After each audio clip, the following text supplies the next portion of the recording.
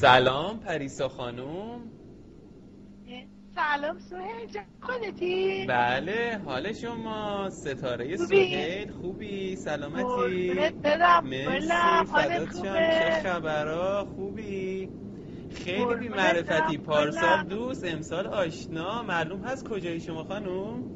به خدا سهیل جان، من شب که پا میشم میخوابم، صبح که پا میشم همیشه تو فکر تو هم گلم. برو اصلا کجا هستی تو دختر خوب؟ من این هم دلم واسه تنگ شده، هیچ خبری ازت نیست.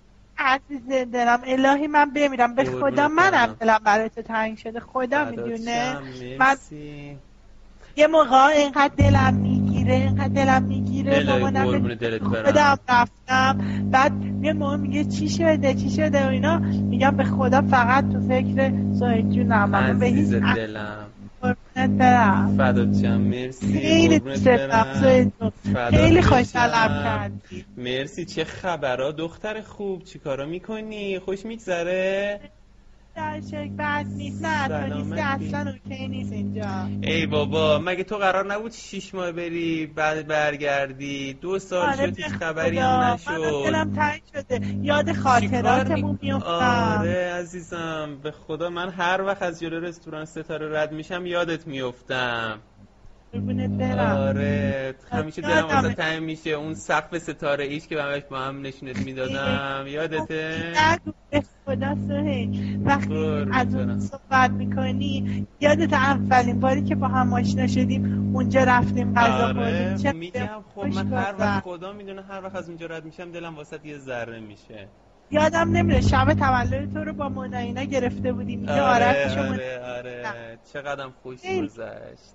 خیلی حال داد، خیلی باحال بود. به خدا روزا دوباره برمیگشت. آره به خدا من که انقدر دلم تنگ شده بیام ایران با هم بریم اون رستوران. خیلی دلم تنگ شده. اومدی ایران اولین جایی که میریم همونجاست. دوباره میریم مناینا هم دعوت میکنیم، همه با هم دوباره میریم. اوکی همه چی اگه بریم. عزیزم مگه تو قرار نبود بیای؟ الان کجایی؟ اصلا واسه چی هنوز موندی سوئد؟ تو قرار بود 6 ماه اونجا بمونی، واسه چی الان اونجا چیکار میکنی شما دیگه؟ من دیگه سوئد هستم دیگه فعلا، چون کار باباست دیگه. از اون موقع که رفتی من تا الان سوئدم دیگه. من تو از بچه‌ها یه چیزای دیگه شنیدم اومدی لندن و نمیدونم شبکه من و تو بود.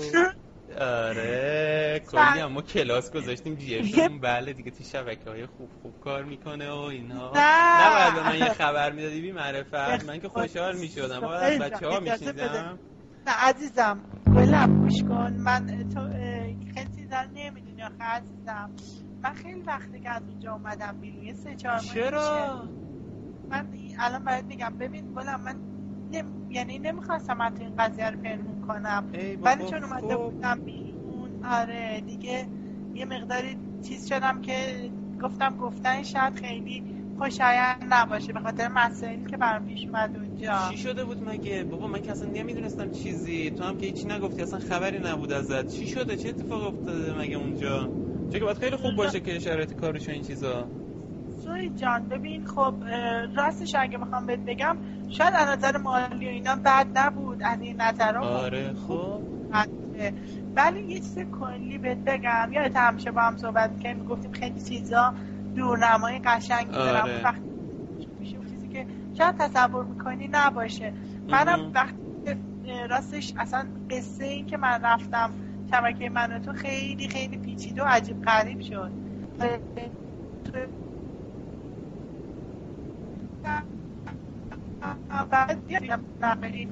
بالاخره سوئد رفتم کار انجام دادم، ادامه دادم. یادمه خیلی هم علاقه داشتی به نقاشی و این چیزا. اون موقع هم یادمه که علاقه داشتی. حالا عکس خوشگلتی کشیدم عزیزم، دیدمت. الهی قربونت برم من. ولی تموم نشده، نصف کار هست. ولی تموم شد برات حتما پست میکنم ایران ببینی گلم. مرسی عزیز دلم. آره بعد من رفتیم دیگه. اونجا رفتیم با یه خانمی آشنا شدیم، دختر خیلی باحال و خوشگلی بود، اسمش آزیتا بود. میدونی این آزیتا خواهر کی بود؟ کی بود؟ نه نمیدونم. خواهر ناصر اعتمادی. ناصر اعتمادی کیه؟ ناصر اعتمادی کیه؟ میشناسی ایسوه؟ نه نمیدونم. بابا عموی رها اعتمادی تو شبکه. خب ما پسری که خیلی خوشتیپه. بله چشمم روشن، چشماتو درویش کن دختر. خب آقای اعتمادی خیلی عالی. خوشتیپی داشت. بعد هیچ منو معرفی کرد به ناصر و ناصرم منو برد برای من و تو مشغول شدم اونجا. اولش چی بودم خیلی شاید مثلا کارهای ابتدایی، بعد یه مقدار کارگردانی تلویزیونی و دایرکتوری بهم دادم. خب ولی خیلی اولش خوب بود به نظرم اومد تا 20 روز اول، یک ماه اول. ولی یه شرایطی پیش اومد، من چیزایی رو دیدم که متاسفانه اینا، حتی من اگه میخواستم یه پارتی کوچیک برم باید با اینا هماهنگ میکردم. من اگه هر جایی میخواستم برم بابا اونجا که آزادیه، این حرفا چیه؟ اونجا که دیگه بابا آخر آزادیه که این پارتی و اینا که دیگه همون حرفی که به تو زدم. همین آدم وقتی شبکه مراتب میبینه حس میکنه که خیلی اوکی و اوپن و وقتی درون شبکه میری اصلا یه سیستم دیگه یه جور دیگه اصلا خیلی عجیب برای من جالبه. حالا اولین بار از تو میشنوم اینجوری. خب آزادی و اینا خیلی مهمه عزیزم، اینم که خبر داری. بعد کاریسوی فقط این بود، باز اگه این بود به خاطر منافع دیگه‌ای که برام داشت قصه این بود که اینا یه سری دخترایی رو میآوردن از طریق واسطه‌ای برای اینکه شبکه مراتب مشغول به کار بشن. خب خیلی واقعا این دخترها خوشحال بودن، مثل من که می‌خواستم برم خیلی خوشحال بودن. اینا خیلی خوشحال بودن که میتونن تو این شبکه، بالاخره شبکه استار دیگه خیلی معروفه. ولی اینها رو در نهایت میفرستن کانادا برای تلویزیون هاستلر. اصلا اینو که فهمیدم دیدم واقعا بی‌وجدانی من جایی که اینجوری اتفاق میفته باشم واقعا شاید اصلا بر خدا این بود که دیگه منم جدا شدم. دیگه من دوباره سوئد بابا هستم و کلاس نقاشیمو میرم و اصلا برگشتی دوباره سوئد. چه بابام دیگه شرکت ساختمانی اینجا زده و برش خیلی داره. آفرین. خب از خودت بگو، حالا اینا که همش ناراحتی ها بود، از خودت یکم واسم بخون پریسا، دلم واسه تنگ شده. برم یه دهم بخون واسم. آخه الان شرایطش که نیست حالا یه دهم بخون، ما قبولت داریم دختر خوب. برم عزیزم لطف داری تو. باید من که این میخونم. ببین همون آهنگ گوگوشو بخون که همش با هم میخوندیم. غمو؟ آره آفرین. باشه بیشتر که آخرش مثل همیشه با هم همراهی کنیم. آره باشه چشم میخونم عزیزم. قربونت برم. مرسی قربونت برم. من در دل من به قدر عالمه،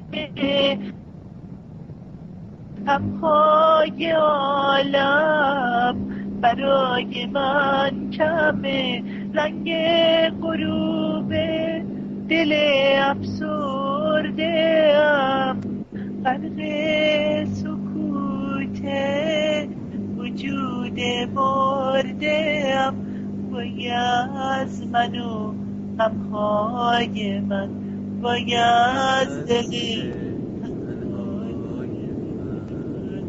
وای از من و غمهای من. عزیز دلم قربونت برم. یه بوس محکم و خوشگل از لپای نازت.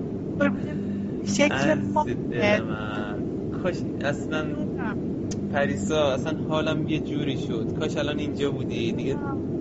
خیلی دلتنگتم، خیلی دلتنگتم به خدا. الان کاش الان اینجا بودی، موهاتو نوازش میکردم، الهی من بمیرم قربونه دارم، من میگرفتمت مثل همون روزا تو بغلم، فشارت میدادم به سینه ها، لبامو میذاشتم لبت پریسا. خیلی تابتم، کاش الان اینجا بودی محکم بغلت میکردم. سعید جان جانم چیه؟ خواهد میشه ماما اینا. پریسا اینجوری نبودی که تو. چرا؟ خب آخه نه